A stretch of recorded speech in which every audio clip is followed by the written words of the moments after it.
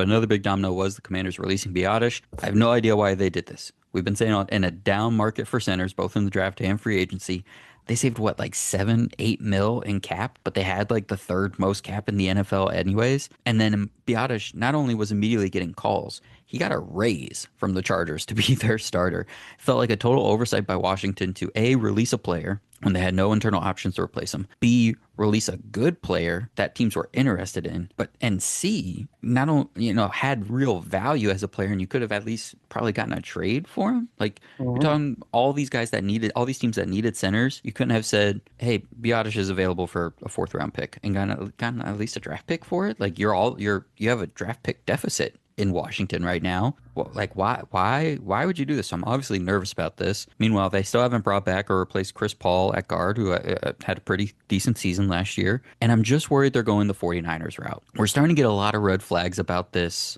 Is the front office meddling too much with the coaching staff? Mhm. Cliff Kingsbury is out because apparently they wanted him to call things differently and play differently. And he said, I'm not going to do that. And Dan Quinn brought in Biotish because of their familiarity from being in Dallas. But if the leadership upstairs comes from San Francisco, where they're like, Kyle Shanahan did this without real offensive linemen for years before we got Trent Williams. And then Trent Williams was the only good offensive lineman we had.